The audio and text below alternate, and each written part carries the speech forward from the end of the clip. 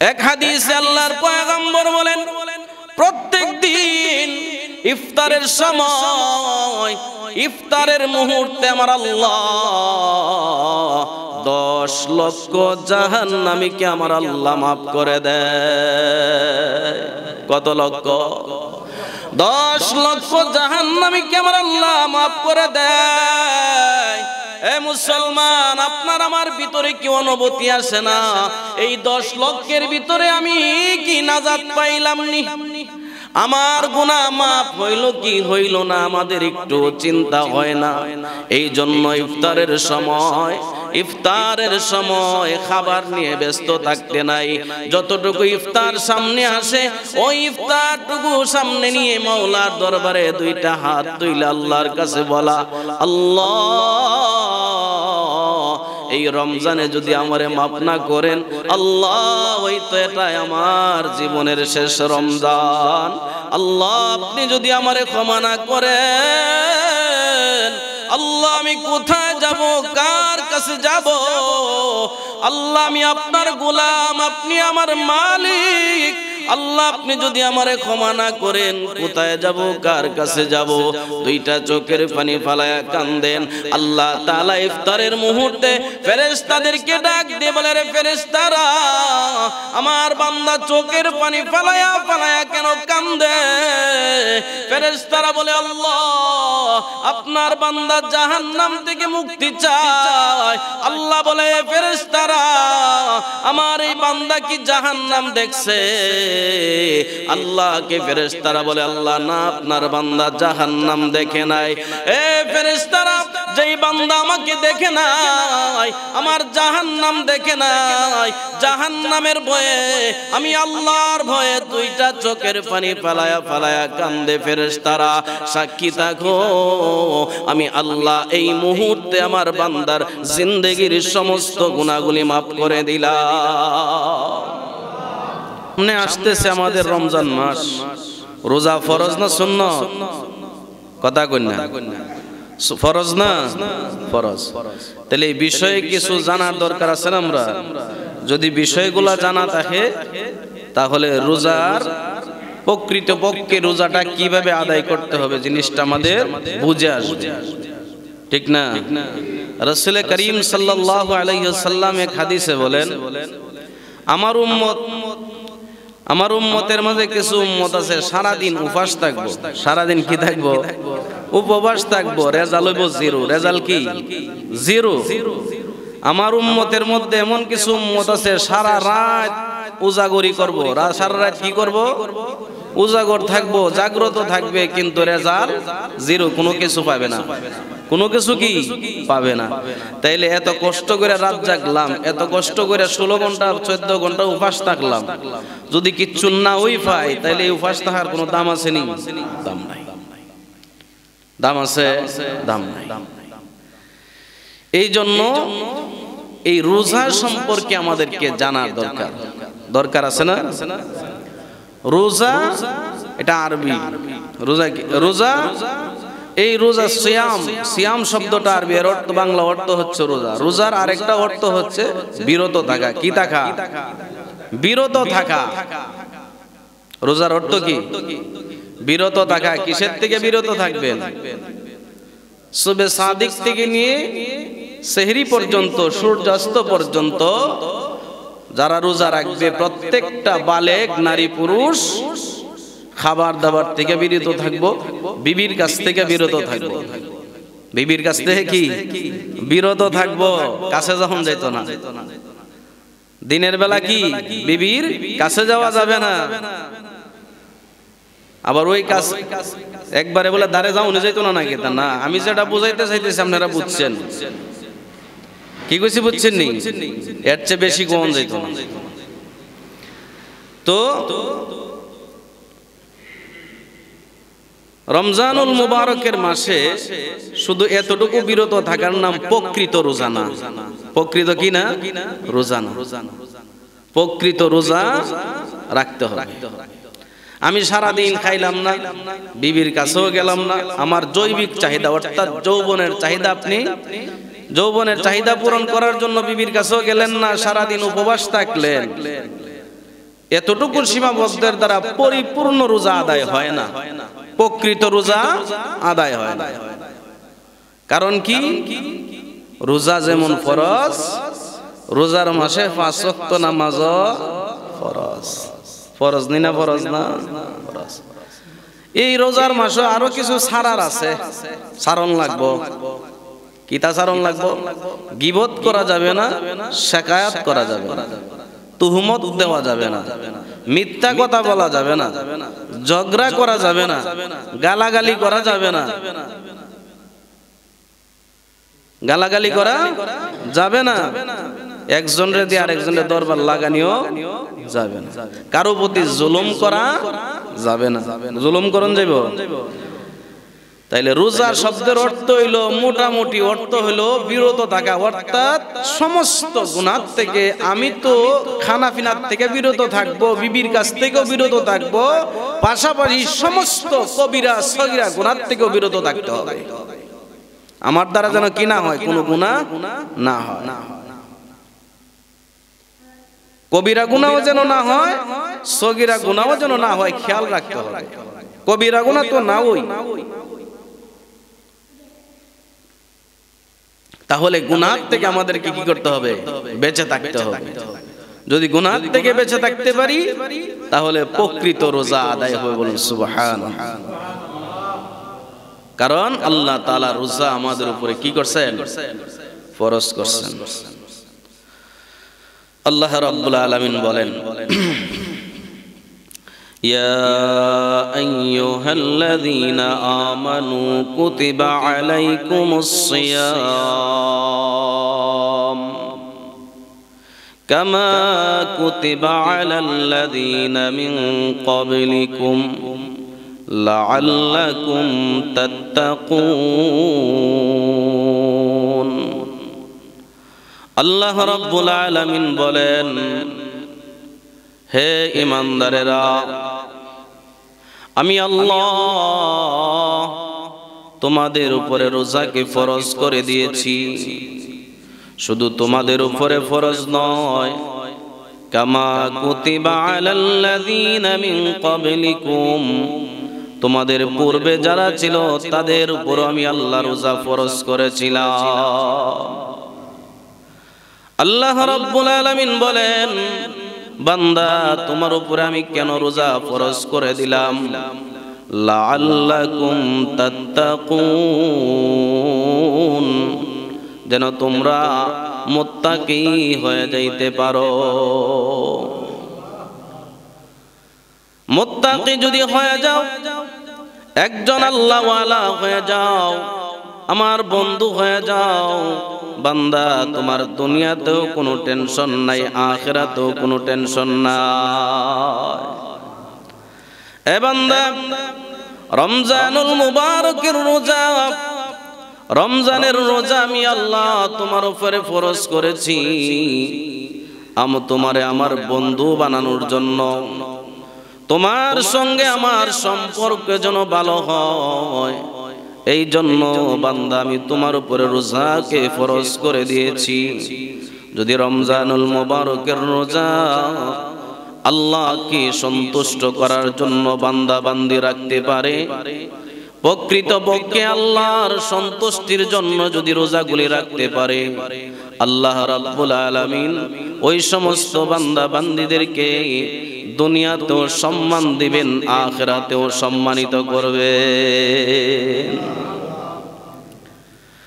আল্লাহর পয়গম্বর রাহমাতুল লিল আলামিন নবী মুহাম্মদুর রাসূলুল্লাহ সাল্লাল্লাহু আলাইহি ওয়াসাল্লাম বলেন, হে উম্মত, এই রোজার কত দাম, এই রোজার কত দাম, এই রোজাদার ব্যক্তির কত দাম, রোজাদার বান্দা বান্দি আল্লাহর কাছে কত দামি তুমি জানো? হাশরের ময়দানে আল্লাহ রাব্বুল আলামিন রোজাদারদেরকে আলাদা স্পেশাল সম্মান দান করবে। বলুন সুবহানাল্লাহ। হাশরের ময়দানে সূর্যটা মাথার অর্ধ হাত উপরে থাকবে, আল্লাহর নবী বলেন নিচের জমিনটা তামা হয়ে যাবে, সূর্যের তাপের কারণে মাথার হাড্ডিগুলি ফেটে যাবে। আল্লাহর নবী বলেন সূর্যের তাপের কারণে মাথার মগজগুলি বাতের মারের মতো টকবক টকবক করতে থাকবে। একটা নেকির জন্য মানুষ চতুর্দিকে ছুটাছুটি করবে, হিসাবের কাঠগড়ায় দাঁড়িয়ে থাকবে, পেরেশানির মধ্যে থাকবে। আল্লাহর পয়গম্বর বলেন আয়েশা রে, হাশরের ময়দানে প্রত্যেকটা মানুষ উলঙ্গ অবস্থায় দাঁড়াবে, শরীরের মধ্যে কোনো কাপড় থাকবে না। আম্মা জান আয়েশা সিদ্দিকা রাদিয়াল্লাহু তাআলা আনহা বলেন ইয়া রাসূলুল্লাহ ইয়া হাবিবাল্লাহ, ওগো নবীজি, হাশরের ময়দানে মানুষ উলঙ্গ অবস্থায় দাঁড়াবে, তাদের কি লজ্জা শরম হবে না? আল্লাহর পয়গম্বর বলেন আয়েশা, হাশরের ময়দানে মানুষ এত পেরেশানির মধ্যে থাকবে, হাশরের ময়দানে মানুষ এত টেনশনের মধ্যে থাকবে, নিজের গায়ে কাপড় নাই ওই খবরটা পর্যন্ত থাকবে না। নিজের শরীরে কাপড় নাই, নিজের যে উলঙ্গ এই খবরই থাকবে না। আরেকজনের লজ্জা শরম কি দেখবে?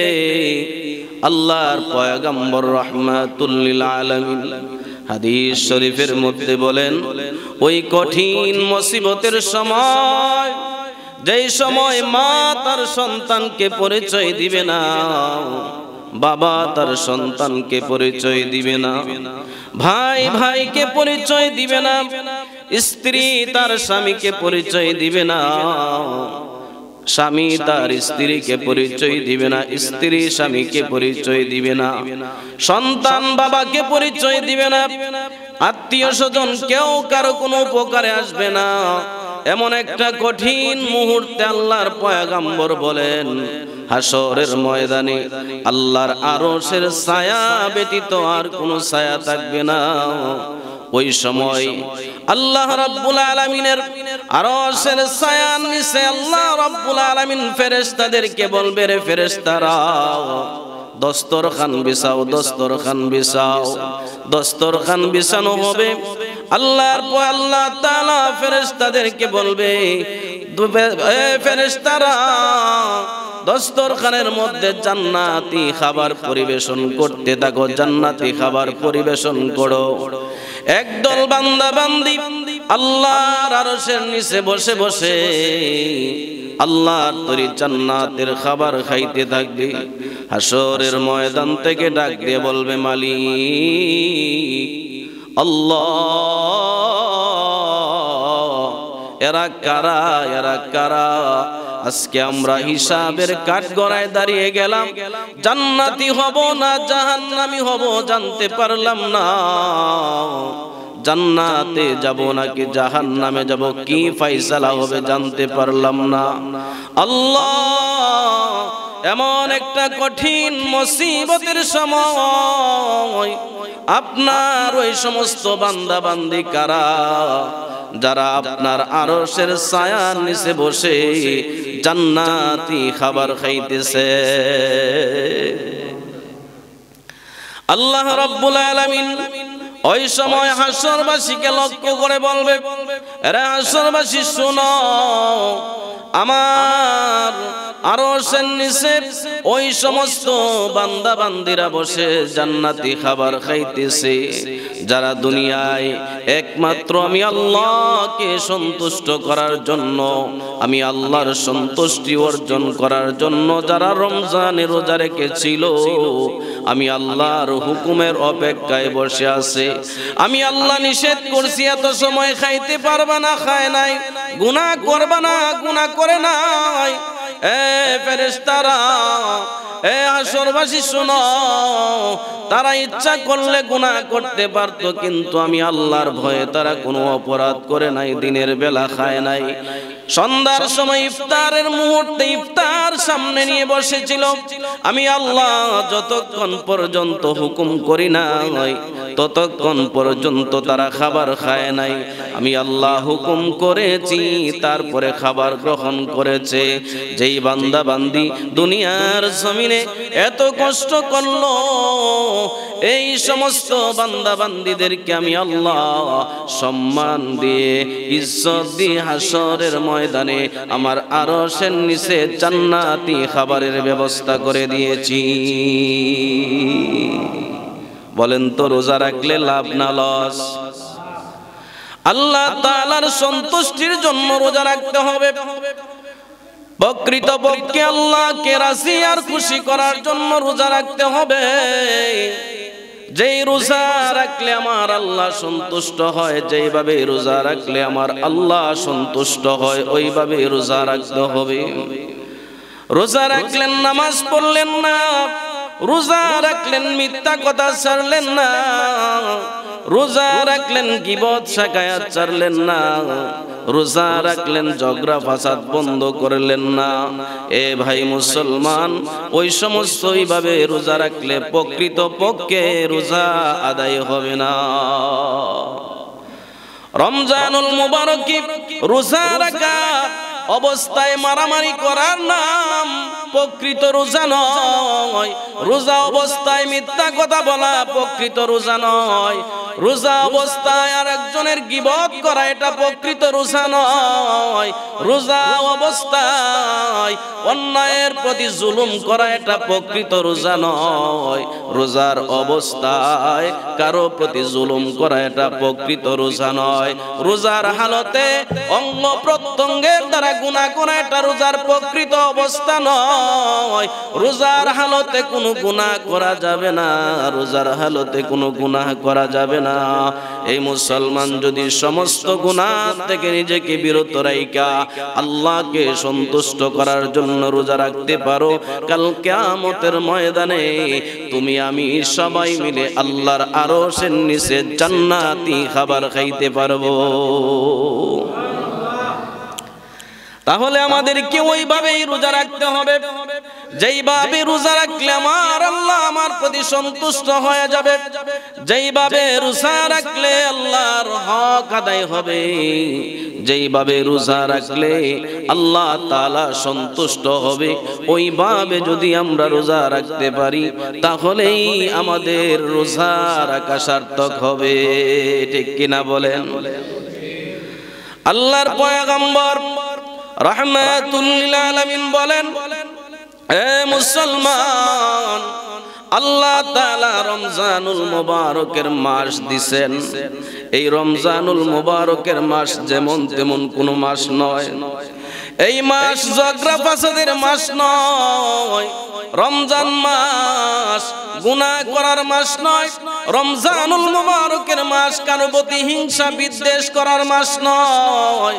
রমজানুল মুবারকের মাস হইল রহমতের মাস। রমজানের মাস হইল নাজাতের মাস। রমজানের মাস হইল মাগফিরাতের মাস। রমজানুল মুবারকের মাস হইল সহানুভূতির মাস। রমজানের মাস হইল সবর আর ধৈর্যের মাস। আল্লাহর নবী বলেন,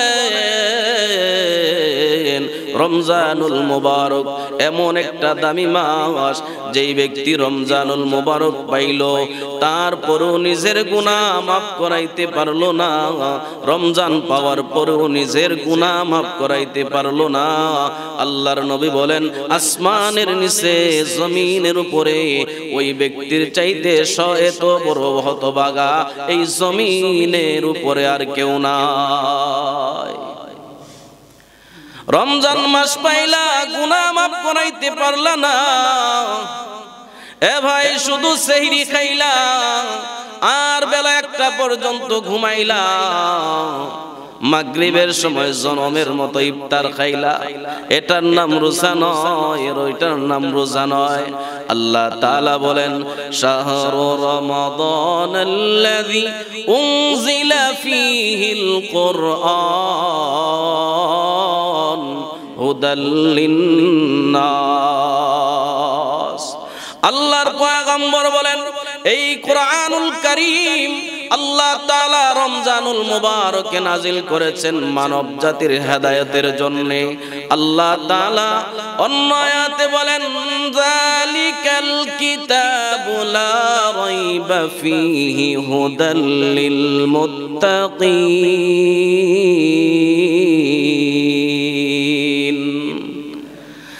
আল্লাহ তাআলা বলেন এই কোরআন মানব জাতির জন্য হেদায়েত। যারা এই কোরআনকে ধরবে, কোরআনকে মানবে, আল্লাহ তাআলা তাকে হেদায়েত দান করবেন। এই কোরআন আল্লাহর নবী রাহমাতুল লিল আলামিন বলেন, নবীজির সাহাবী হযরত আবু হুরায়রা রাদিয়াল্লাহু তাআলা আনহু বলেন, আল্লাহর পয়গম্বর বলেন, হে উম্মত, এই রমজান কত দামি, কত দামি তুমি জানো? আল্লাহ তাআলা এই রমজানকে এত দামি করে নাজিল করেছেন, এত দামি করে তোমাকে দিয়েছেন। আল্লাহর নবী বলেন, এই রমজানুল মুবারকে যদি কোনো ব্যক্তি একটা নফল ইবাদত করে, আল্লাহ তাআলা রমজানের বাহিরে একটা ফরজ আমলের সওয়াব তার আমলনামায় দিয়ে দেয়। আল্লাহর নবী বলেন, যদি কোনো ব্যক্তি রমজানুল মুবারকে একটা ফরজ ইবাদত করে, ফরজ ইবাদত আদায় করে, আল্লাহ রাব্বুল আলামিন তার প্রতি রাজি আর খুশি হইয়া রমজানের বাহিরে 70টা ফরজ আদায়ের সওয়াব দান করে দেয়। মাসটা দামি না কম দামি? বলেন, মাসটা দামি না কম দামি? অনেক দামি। আল্লাহর নবী বলেন, এ উম্মত, যদি কোনো বান্দা বান্দি আল্লাহকে সন্তুষ্ট করার জন্য দিনের বেলায় রোজা রাখলো আর রাতের বেলা তারাবি আদায় করলো, এইভাবে যদি সে একটা মাস এই রমজানের আমল করতে পারে, আল্লাহ তাআলা ওই বান্দার জিন্দেগির সমস্ত গুনাহগুলি মাফ করে দেয়। এক হাদিসে আল্লাহর পয়গম্বর বলেন, প্রত্যেক দিন ইফতারের সময়, ইফতারের মুহূর্তে আমার আল্লাহ 10 লক্ষ জাহান্নামীকে আমার আল্লাহ মাফ করে দেয়। কত লক্ষ? 10 লক্ষ জাহান্নামীকে আমার আল্লাহ মাফ করে দেয়। এ মুসলমান, আপনার আমার ভিতরে কি অনুভূতি আসে না, এই 10 লক্ষের ভিতরে আমি কি নাজাত পাইলাম নি? আমার গুনাহ মাফ হইল কি হইল না, আমাদের একটু চিন্তা হয় না? এই জন্য ইফতারের সময় খাবার নিয়ে ব্যস্ত থাকতে নাই। যতটুকু ইফতার সামনে আসে ওই ইফতারটুকু সামনে নিয়ে মাওলার দরবারে 2টা হাত তুলে আল্লাহর কাছে বলা, আল্লাহ, এই রমজানে যদি আমারে মাফ না করেন, আল্লাহ, ওই তো এটাই আমার জীবনের শেষ রমজান। আল্লাহ, আপনি যদি আমারে ক্ষমা না করেন, আল্লাহ, আমি কোথায় যাব, কার কাছে যাব? আল্লাহ, আমি আপনার গোলাম, আপনি আমার মালিক। আল্লাহ, আপনি যদি আমারে ক্ষমা না করেন, কোথায় যাব, কার কাছে যাব? 2টা চোখের পানি ফালায়া কান্দেন।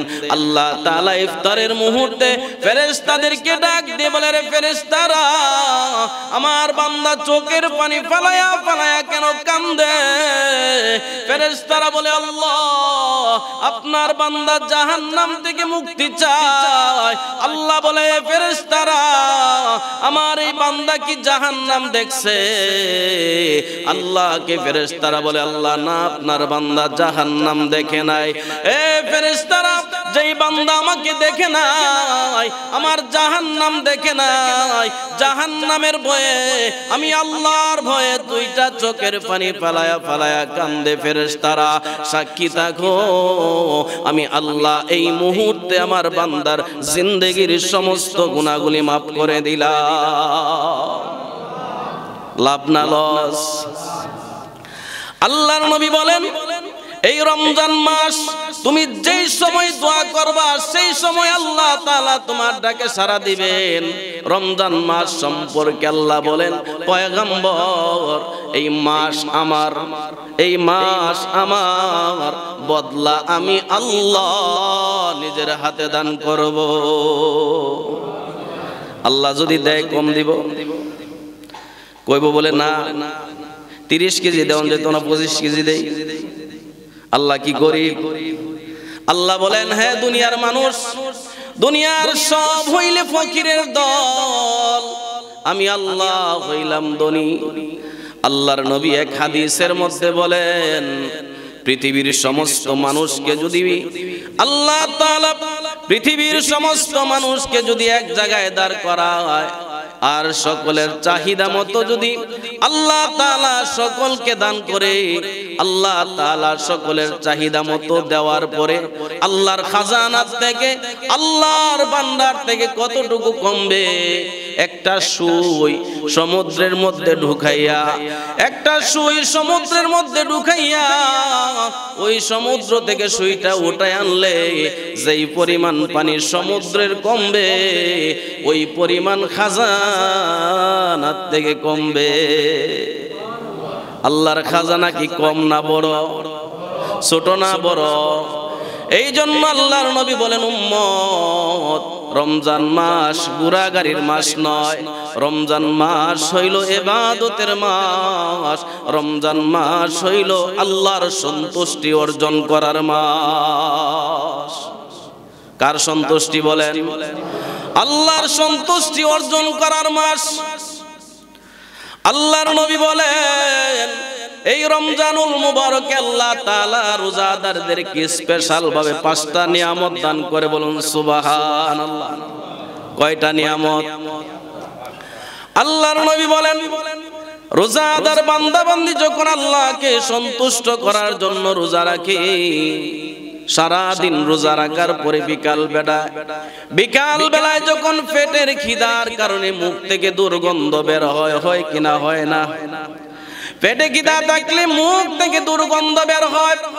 আল্লাহর নবী বলেন সারা দিন রোজা রাখার পরে বিকাল বেলা যখন মুখ থেকে দুর্গন্ধ বের হয়, ওই রোজাদারের মুখের দুর্গন্ধ আমার আল্লাহ বলেন ওই রোজাদারের মুখের দুর্গন্ধ আমি আল্লাহর কাছে জান্নাতের মেশকে আম্বরের চাইতে বেশি দামি।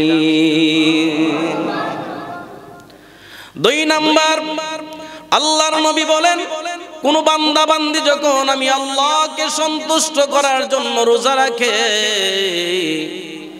আল্লাহর নবী বলেন ওই বান্দা বান্দির জন্য গর্তের পিপিলিকা থেকে নিয়ে সমুদ্রের নিচের মাছ পর্যন্ত আল্লাহর কাছে মাগফিরাতের দোয়া করতে থাকে।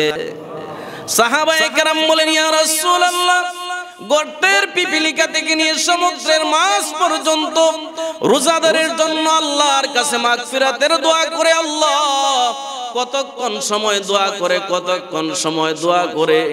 আল্লাহর নবী বলেন এ সাহাবীরা শুনো, ওই গর্তের পিপিলিকা এবং সমুদ্রের মাছ রোজাদার বান্দা বান্দির জন্য সুবে সাদিক থেকে নিয়া সূর্যাস্ত পর্যন্ত আল্লাহর দরবারে দোয়া করতে থাকে।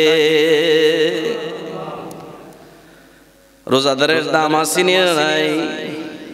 আল্লাহর নবী বলেন 3 নাম্বার সম্মান হলো আল্লাহ তাআলা বলেন হে ফেরেশতারা আমার রোজাদার বান্দা বান্দীদের জন্য জান্নাতটারে সুন্দর করে সাজাও। বলুন সুবহানাল্লাহ। রোজাদার বান্দা বান্দির জন্য আল্লাহ তাআলা জান্নাতকে সুসজ্জিত করেন। প্রত্যেক দিন ডিজাইন করে, প্রত্যেক দিন ডিজাইন পরিবর্তন করে, এক এক দিন এক এক ডিজাইন করে। ফেরেশতারা জিজ্ঞাসা করে আল্লাহ এত সুন্দর করে জান্নাত সাজাইতেছেন, এই জান্নাতের মধ্যে কারা বসবাস করবে? আল্লাহ তাআলা তখন জান্নাতের ফেরেশতাদেরকে বলে আরে ফেরেশতারা এই সুসজ্জিত জান্নাতের মধ্যে আমার রোজাদার বান্দা বান্দীরা বসবাস করবে। 4 নাম্বার আল্লাহর পয়গম্বর বলেন রোজাদার বান্দা বান্দির যেন কোনো কষ্ট না হয়, রোজাদার বান্দা বান্দির যেন কোনো কষ্ট না হয়। ওই জন্য আল্লাহ তাআলা সমস্ত দুষ্ট জিন শয়তানদেরকে আল্লাহ বলেন, ও পয়গম্বর আমার বান্দা বান্দির যেন কোনো সমস্যা না হয়, এই জন্য আমার রোজাদার বান্দা বান্দির আরামের জন্য তারা যেন শান্তিতে ইবাদত করতে পারে, এই জন্য আমি আল্লাহ দুষ্ট জিন শয়তানকে শিকল দিয়ে আবদ্ধ করে রেখে দিয়েছি। আল্লাহর নবী বলেন 5 নম্বর নিয়ামত হলো আল্লাহ তাআলা বলেন, পয়গম্বর আমার যেই সমস্ত বান্দা বান্দিরা আমি আল্লাহর সন্তুষ্টির জন্য একটা মাস রোজা রাখলো, 1 মাস আমি আল্লাহর সন্তুষ্টির জন্য রোজা রাখলো, একটা মাস অতিবাহিত হয়ে যাওয়ার পরে আমি আল্লাহ শেষ বেলায় আমার বান্দা বান্দিদেরকে এই রোজার পরিপূর্ণ বিনিময় দান করে দেয়। সাহাবায়ে কেরাম বলেন, ইয়া রাসূলুল্লাহ পরিপূর্ণ বিনিময় আল্লাহ তাআলা কি দান করেন? আল্লাহর নবী বলেন, যেই সমস্ত বান্দা বান্দিরা আল্লাহকে সন্তুষ্ট করার জন্য রমজানের রোজা রাখলো, আল্লাহ তাআলা ওই বান্দা বান্দির জীবনের সমস্ত গুনাহগুলি মাফ করে দেয় আর ওই জায়গাটা নেকির দ্বারা পরিবর্তন করে দেয়। এত বড় সুযোগ, এত বড় সুবর্ণ সুযোগ পাওয়ার পরেও যদি আমরা নিজের গুনাহ মাফ করাইতে না পারি, আমাদের চাইতে হতো বাগ আসমানের নিচে জমিনের উপরে আর কেউ থাকবে না। রমজান মাস ইবাদতের মাস, আর আমরা এই মাসটারে বানায় নিছি মার্কেট করার মাস, ঠিক কিনা বলেন? মার্কেটের জন্য পাগল, 10 রোজা গেলেই সর্বনাশ, রোজা যাইতেছে গা, মার্কেট কি করতাম না। মার্কেটের জন্য বউ জামাইরে ডিভোর্স দেয়, সারাসারি পর্যন্ত হয়, এমন ঘটনা আছে না দেশ? মেয়ে বাবার সঙ্গে রাগ, স্বামীর সঙ্গে স্ত্রী রাগ করে বসে, ও মা রমজান তো আল্লাহ তাআলা তোমারে মার্কেট করার জন্য পাঠায় নাই, তুমি ঈদের জন্য কাপড় খরিদ করবা, আগেও করতে পারো, কোনো সমস্যা নাই। তুমি তোমার কাপড়ের জন্য, শুধু মহিলা নয় পুরুষ মহিলা সবাই কাপড়ের জন্য ব্যস্ত হয়ে যায়, মনে করে রমজান মাস মানেই মার্কেটের মাস। 10,000 20,000 টাকার মার্কেট করন লাগে, 50,000 1 লক্ষ টাকার মার্কেট না করলে পোষায় না। কারণ ঈদের দিন সেলফি তুলন লাগবে, ঈদের দিন কি করন লাগবে? ঈদের দিন যখন আসে আল্লাহর পয়গম্বর বলেন, যেই দিন ঈদুল ফিতরের দিন সমস্ত কবরবাসী এমন কান্না শুরু করে দেয়, এমন কান্না শুরু করে দেয়। আরামের মাস চলে গেল, একটা মাস জাহান্নাম থেকে আমরা মুক্ত ছিলাম, জানি না চিরদিনের জন্য নাজাত পাইছি কিনা। জাহান্নাম, কবরে যারা গেছে তারা কান্দে, কবরে যারা গেছে তারা কান্দে, জীবিত যারা আছে তারা শুধু হাসে, বলে ঠিক কিনা? ঈদের দিন ঈদের নামাজ পড়তে যায়, সেলফি উঠায়, অন্তরের ভিতরে ভয় নাই, রমজান চলে গেল আমি গুনাহ থেকে মাফ পাইলাম কিনা, আল্লাহ তাআলা আমারে জাহান্নাম থেকে মুক্তি দিল কিনা, একটু ভয় অন্তরে কাজ করে না, চোখে পানি নাই।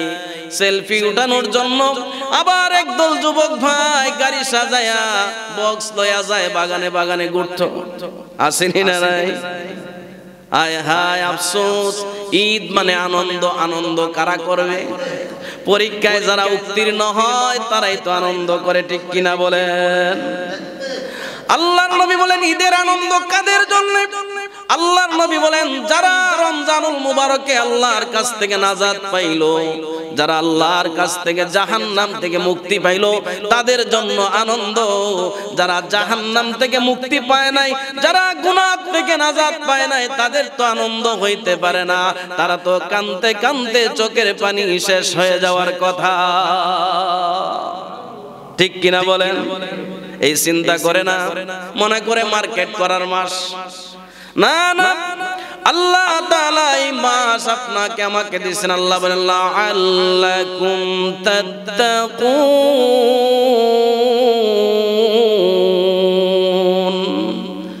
আল্লাহ তাআলা বলেন, বান্দা এই রমজান দিলাম তুমি যেন মুত্তাকি হয়ে মুমিন হয়ে যাইতে পারো। বলুন সুবহানাল্লাহ। দরকার আছে না নাই? এই জন্য আপনাদেরকে বলবো, মা বোনদেরকেও বলবো, রমজানুল মুবারকের মাস আসতেছে। রমজানুল মুবারকের মাসে আল্লাহর কাছে বেশি বেশি করে দোয়া করবেন। আল্লাহর নবী বলেন, সেহরির সময় দোয়া আল্লাহ কবুল করেন, ইফতারের সময় দোয়া কবুল করেন। এই দুইটা টাইম রমজান মাস, দুইটা টাইমে আল্লাহর নবী বলেন, হাত তুললে আমার আল্লাহ হাত ফিরায়া দেয় না। আল্লাহর নবী রাহমাতুল লিল আলামিন বলেন, এই দুই টাইমের মধ্যে যদি বান্দা তুমি আল্লাহর কাছে দোয়া করো, আল্লাহ তাআলা তোমাকে খালি হাতে ফিরায়া দিবেন না। তাইলে কি দোয়া করার দরকার আছে না নাই? না ইফতার সামনে এলে চিল্লা চিল্লি করুন? কি কর? ইফতার সামনে লইয়া চিল্লা চিল্লি করন নি? ইফতার সামনে নিয়ে কি করন নাই? চিল্লা চিল্লি করন নাই। এই সময় ইস্তেগফার করুন, দোয়া করুন, আল্লাহ যেন আমারে কি করে দেয়, মাফ করে দেয়। আমার পূর্বপুরুষ কবরে আছে, আল্লাহ যেন তাদেরকে মাফ করে। আমার মায়ের বংশ, বাবার বংশ, আমার নিজের বংশের মানুষ কবরে আছে, আল্লাহ যেন তাদেরকে কি করে দেয়, মাফ করে দেয়। আল্লাহর নবী বলেন, এই রমজান মাসে তো দামি। এই রমজানুল মুবারকের নবী বলেন, সাহাবীরা যদি কেউ কাউকে ইফতার করায়, যদি কেউ কাউরে কি করায়, ইফতার করায়, আল্লাহ তাআলা রোজাদারের সমপরিমাণ সওয়াব দান করে। বলুন সুবহানাল্লাহ। ইফতার করেনি লাভ না লস?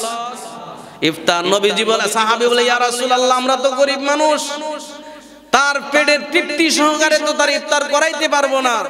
রাসূল বলেন, তোমার নিয়ত যদি সহিহ হয়, তোমার নিয়ত যদি ভালো হয়, একটা খেজুর, একটা খুরমা অথবা এক ডুব পানি দিয়েও যদি তুমি ইফতার করাও, আল্লাহ তাআলা তোমাকে সেই সমপরিমাণ সওয়াব দান করবে। বলুন সুবহানাল্লাহ। দাম লাভ না লস? তবে ইফতার যে করাইবেন, যারা ইফতার করান, যারা ইফতার করাইবেন, যারা ইফতার খাইবেন, শর্ত আছে। কি আছে? কথা কন না, কি আছে?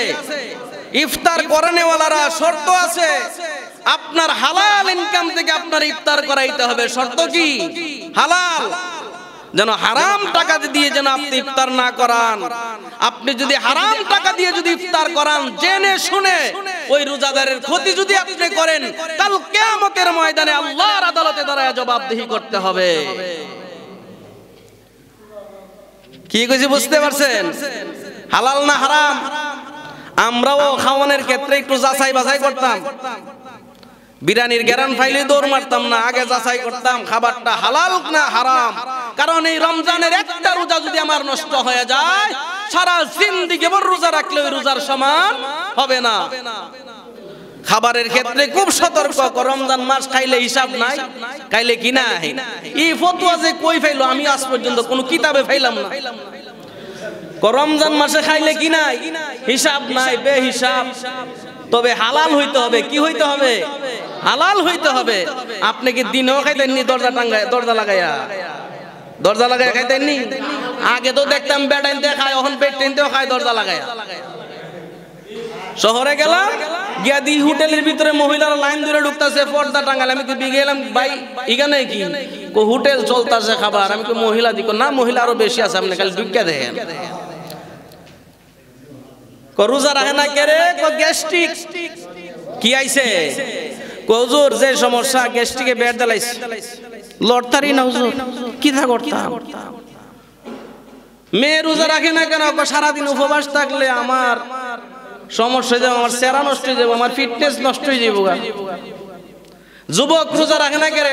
না রোজা রাখে আমার এই যৌবনটা নষ্ট করে লাভ আছে। আমার ফাইল কেউ চাইতো না, আমার ফাইল কি কেউ চাইতো না। তোমার ফাইল চাইবো কেমনে? তোমার দাদার কাছে যাও, দাদা তোমার ফাইল কেউ চায় নেই? না। জালালউদ্দিন রুমি রাহমাতুল্লাহ আলাইহি বলেন, এই জগতের নারীরা তুমি তোমার দাদির দিকে তাকাও। এক সময় তোমার দাদিরও যৌবন ছিল, তার দিকে সবাই তাকাইছে, এখন আর তার দিকে কেউ তাকায় না। এই জগতের যুবকেরা তুমি তোমার দাদার দিকে তাকাও, তাকায় দেখো তোমার দাদাও এক সময় যুবক ছিল, তার দিকে সবাই তাকাইছে, আজকে তার কোনো দাম নাই। দাম আসেনি? বুড়া যখন ফেরফিরি করে, বাপ ফুতেও তোমার ফেরফিরি আর ভাল লাগে না, বউও তোমার ফেরফিরি ভাল লাগে না। ফুতের বউ, আব্বা আপনি একটু ফেরফিরি কমাই করতেন না? এক কাজ করেন, তসবিলিয়া জাঙ্গা মসজিদ, ফের ফির সহ্য করতাম না কোজাই নিয়ে মসজিদ তাইলে বুড়ার কোনো দাম আছে নি বুড়ার কোনো দাম নাই এই জন্য বুড়া কি বুড়া এই বুড়া এরাই বুড়া থাকবো না এর পরবর্তী জেনারেশন বুড়া হইব বুড়া হইতো না বুড়া হবে এই জন্য কবি বলেন ধীরে ধীরে কাঁদে বুড়া মুছিয়া চোখের পানি লাঠি দিয়া তালাশ করে কই গেল মোর জওয়ানি বুড়াটি আগের কথা চিন্তা করে আর কান্দে আইরে একটা দৌড় দিতাম মাধবপুর যাইতাম ঠিক কিনা বলেন এখন যাইতারে না টঙ্গি তো তিনজনে দৌড়া নেওয়ার লাগে ঠিক কিনি এই জন্য আমাদেরকে সতর্ক থাকতে হবে মুসলমান ঠিক কিনা বলেন এই জন্য রমজান মাস আইতাছে এটা কি শুধু খাওয়ানোর লাগিয়া না ইবাদতের লাগিয়া তারাবি ফরন না ফরন নাই 3-4 দিন কোবাইয়া সামনের কাতার পিছের কাতার সব দল করে লাও এরপরে আস্তে আস্তে বাইকে যাওন গা না 30 দিন তারাবি কয় দিন 30 তারাবি পুরা করতে হবে একজন মুসলমান আল্লাহর রাসূল বলেন যে ব্যক্তি রমজানুল মুবারকের রাতের বেলায় তারাবির নামাজ যথাযথ আদায় করবে আমি নবী তারে সুপারিশ করে জান্নাতে নিয়ে যাব বলে সুবহানাল্লাহ নবীর সুপারিশ দরকার আছে নি না নাই তাইলে তারাবি লাগবো নি না লাগতো না 8 রাকাত পড়ে যাওন গা তারাবি কয় রাকাত 20 রাকাত 8 রাকাত পড়ে জায়গা ইমাম সাহেব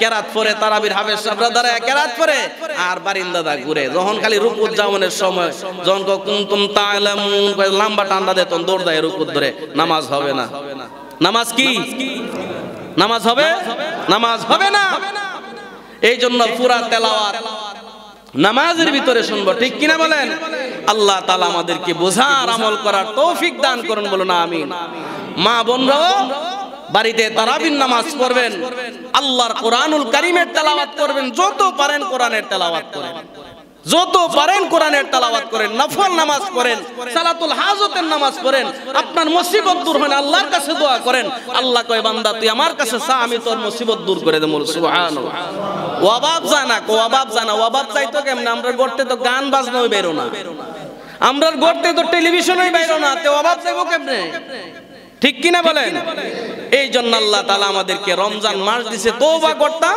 সব গুনাহ থেকে পাক সাফ হইতাম তওবা কোন সময় করন যে সমাজ যাইলে গলা সিফাত আদর এই সমনি যে সময় বুড়া অবস্থায় কব আর লড়তারে না তিনজনের টাইম না উড়ায় বয়তারে না ইমাম সাহেবরে না হুজুর তওবাটা করাই দেন কিতা আর জীবনে কারোর প্রতি জুলুম করতাম না ইচ্ছা কোনদিন এবারে যদি কও বলে তুমি একবার মাথার বাড়ি দাও বাড়ি দিতে পারবো বিছনাত তো উঠতারে না একবার বাড়ি দিতে পারবো ইচ্ছা করলে কোনো গুনাহ করতে পারবে না যেই সময় আমার গুনাহ করার মতো শক্তি আছে ওই সময় গুনাহ থেকে নিজেরে বাঁচায় রাখা তওবা করার নাম হচ্ছে প্রকৃত তওবা ঠিক কিনা বলেন এই জন্য আমরা তওবা করতাম না করতাম না এই জন্য আল্লাহ তাআলা বিশেষ কয়েকটা রাত্রি দান করছে বিশেষ কয়েকটা রাত্রি দান করছে এর মধ্যে একটা রাত্রি হলো শবে বরাতের রাত্রি কিসের রাত্রি শবে বরাতের রাত আইতাছি না আইতাছে না আগামী শুক্রবারে দিবাগত রাত্র এই রাতে গীতা করন দৌড়াদৌড়ি করন দোকানে বইয়া চা পান খায় রাত কাটাই দেন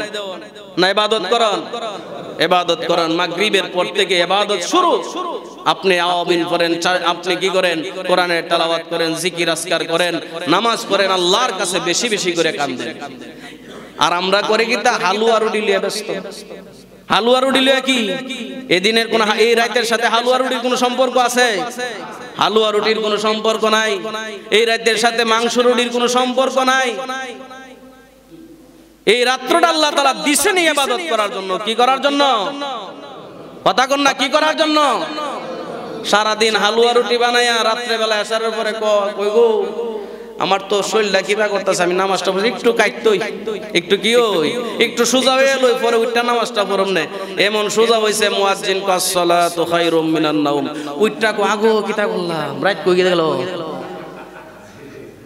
উঠটা কো আগো রাত কইতে গেল আই হায় হায় রে কি করলাম আচ্ছা বলেন তো এই যে শবে বরাত গেছে আগামীতে ফামু ওটার কোনো সম্ভাবনা আছে এই যে আজকে জানাজা পড়ছিনি না পড়ছি না জানাজা পড়ছিনি কালকে আমার জানাজা হইতে পারেনি না পারে না আপনার জানাজা হইতে পারেনি না পারে না যুবকরা কো আমরা তো হুজুর মরতাম না আমরা মরতাম না আমরা খালি হাফ প্যান্ট লাগাইয়া করুম ফেরেশতা আইলে লাঠি স্টাম দা বেরাম এরার বাবে সবে বোঝা যায় ফেরেশতা আজরাইলে ধরে লইল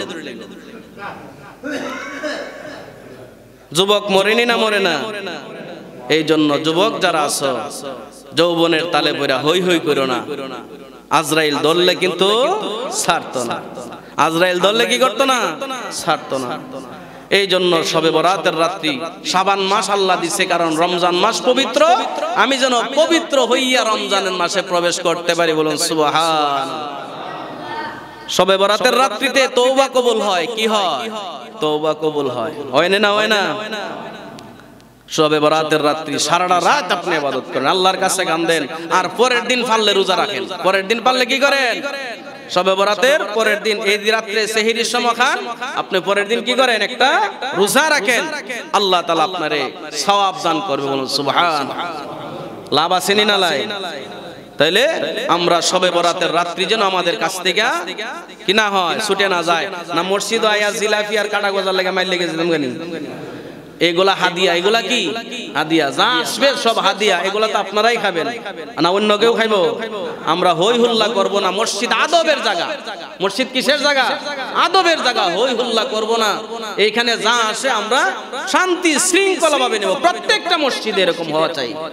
প্রত্যেকটা মসজিদে এরকম হওয়া চাই, হই হুল্লা না করি। কারণ মসজিদ এটা কার জায়গা? আল্লাহ রাসূল বলেন, তোমরা মসজিদে কি বানায়ো না? বাজার বানায়ো না। আর আমরা শুক্রবার আইলে শবে বরাত আইলে মসজিদের বাজার বানাইলাই। এই মিষ্টি লইয়া লাগে জায়গাটা হারাই, মনে হয় যে মসজিদে মাইল লেগে গেছে। ঠিক কিনা বলেন? এগুলা না করি। আমি একটা জিলাপির জন্য একটু মিষ্টির জন্য এই মসজিদের আদব যেন আমার দ্বারা কিনা হয়, ভঙ্গ না হয়। মসজিদের আদব রক্ষা করা প্রত্যেকটা মুমিনের জন্য ওয়াজিব। প্রত্যেকটা মুমিনের জন্য কি ওয়াজিব? আমার কথা বুঝতেছেন নি? আমি কেউ শরম দেওয়ার লাগা কইতাছি না, গুনাহ থেকে বাঁচার জন্য বলতেছি। গুনাহ থেকে বাঁচার জন্য বলতেছি। শবে বরাতের রাত্রিতে আমরা বেশি বেশি করে নফল নামাজ পড়ব, তওবার নামাজ পড়ব, সালাতুল হাজতের নামাজ পড়ব, সালাতুত তাসবির নামাজ পড়ব, আল্লাহর কাছে বেশি বেশি জিকির করব। জিকির করে আল্লাহর কাছে কি করব? দোয়া করব। আল্লাহ তাআলা আমাদেরকে কি করবেন? মাফ করে দিবেন। তাহলে শবে বরাতের রাত্রিতে আমল করলে আল্লাহ মাফ করেনি না করে না? একটা কথা বলেই আমার কথা শেষ, এরপরেই দোয়া হয়ে যাবে। হযরত মালিক ইবনে দিনার রাহমাতুল্লাহি আলাইহি একজন মদকুর ছিলেন। কি ছিলেন? মদকুর খাইতো। মদ খাইতো, গাঁজা খায় না খায় না আমরা সমাজও? এটা তো ফানের মতো খায়। বাপ রে, এটা যে মজা! আল্লাহর রাসূল বলেন এগুলারে শবে বরাতের রাত্রিতে আল্লাহ তাআলা মাফ করবে না। শবে কদরের রাত্রিতে আল্লাহ তাআলা নেশাখোররে মাফ করতে না, যদি প্রকৃত তওবা না করে। কাবা ঘরে গিয়েও যদি সিজদা দেয় আল্লাহ তাআলা কি করবে না? মাফ করবে না। এটা আল্লাহর কসম, মসজিদে বসে কইতাছি। প্রকৃত তওবা না করলে এগুলারে কি করবেন? আল্লাহ তাআলা মাফ করতো না, মাফ করতো না। কাবা ঘরে সিজদা দিলেও করতো না। মালিক ইবনে দিনার রাহমাতুল্লাহি আলাইহি উনি মদ খাইতো। উনার একটা শিশু বাচ্চা, মেয়ে বাচ্চা ছোটবেলায় মারা গেছে। কিছুদিন পরে শবে বরাতের রাত্রি চলে আসছে। কি রাইতেছে? শবে বরাতের রাইতেছে। আল্লাহর ওলি হযরত মালিক ইবনে দিনার রাহমাতুল্লাহি আলাইহি, আল্লাহর ওলি হযরত মালিক ইবনে দিনার রাহমাতুল্লাহি আলাইহি শবে বরাতের রাত্রিতে মদ পান করে ঘরে এসে শুয়ে পড়লেন। হঠাৎ করে স্বপ্নের মাধ্যমে দেখতেছে আল্লাহর তৈরি কিয়ামতের ময়দান কায়েম হয়ে গেছে। মালিক ইবনে দিনার রাহমাতুল্লাহি আলাইহি বলেন, আমি দেখলাম কিয়ামতের ময়দান কায়েম হয়ে গেল। কিয়ামতের ময়দানে হঠাৎ করে দেখি একটা সাপ আমাকে ধরার জন্য আমার দিকে দৌড়ায় আসতেছে। আমি ওই সাপটার থেকে বাঁচার জন্য দৌড়াইতে শুরু করলাম। দৌড়াইতে দৌড়াইতে সামনের দিকে গেলাম। কোনো মতেই কোনো অবস্থাতে আমি বাঁচতে পারতেছি না। আবার আমি দৌড় আরম্ভ করলাম। মালিক ইবনে দিনার রাহমাতুল্লাহি আলাইহি বলেন, আমি দৌড়তে দৌড়তে এগিয়ে উঠলাম একটা পাহাড়ের টিলায়। সাপটা আমাকে ওই দিকেও পাকড়াও করতেছে। আমি বাঁচার মতো কোনো সুযোগ সুবিধা পাইতেছি না। মালিক ইবনে দিনার রাহমাতুল্লাহি আলাইহি বলেন, আবার আমি পাহাড় থেকে নামলাম। দৌড়াইতে দৌড়াইতে সামনে গেলাম। সামনে যায় দেখি একটা বৃদ্ধ লোক দাঁড়ায় আছে, একজন বৃদ্ধ মানুষ দাঁড়ায় আছে। আমি ওই বৃদ্ধ লোকটাকে বললাম, বাবা, ওই যে সাপটা আমাকে দৌড়াইতেছে, আপনি আমাকে একটু বাঁচান। আমি মনে হয় সাপের থেকে বাঁচতে পারবো না। মালিক ইবনে দিনার রাহমাতুল্লাহি আলাইহি বলেন, এই বৃদ্ধ লোক আমাকে ডাক দিয়ে বলে, আরে বাবা আমি বৃদ্ধ হওয়ার কারণে আমি দুর্বল হয়ে গেছি, আমি দুর্বল, এই সাপটা হলো সবল, এই সবল সাপ থেকে তোমারে বাঁচানোর মতো ক্ষমতা আমার নাই। মালিক ইবনে দিনার রাহমাতুল্লাহি আলাইহি বলেন, আবার আমি দৌড় আরম্ভ করলাম, সাপটা যেন আমাকে ধরতে না পারে। ধরতে ধরতে আমি আবার গিয়ে পাহাড়ের টিলায় উঠলাম। পাহাড়ের টিলায় উঠা চিৎকার আরম্ভ করে দিলাম, কে আছো আমাকে বাঁচাও, কে আছো আমাকে বাঁচাও। হঠাৎ করে দেখি আমার ওই মেয়েটা, যেই মেয়েটা ছোট অবস্থায়, নাবালেগ অবস্থায় দুনিয়া থেকে বিদায় হয়ে গেছে, ওই মেয়েটা আমার দিকে দৌড়ায় আসতেছে। ওই মেয়েটা দৌড়ায় এসে আমার কোলে উঠে গেল। মেয়েটা কোলে উঠা মাত্রই সাপটা দাঁড়ায় গেল। কিছুক্ষণের মধ্যে সাপটা ওই জায়গা থেকে চলে এসেছে। মালিক ইবনে দিনার রাহমাতুল্লাহি আলাইহি বলেন, মেয়েটা আমার কোলে ওঠার পরে সাপটা চলে গেল।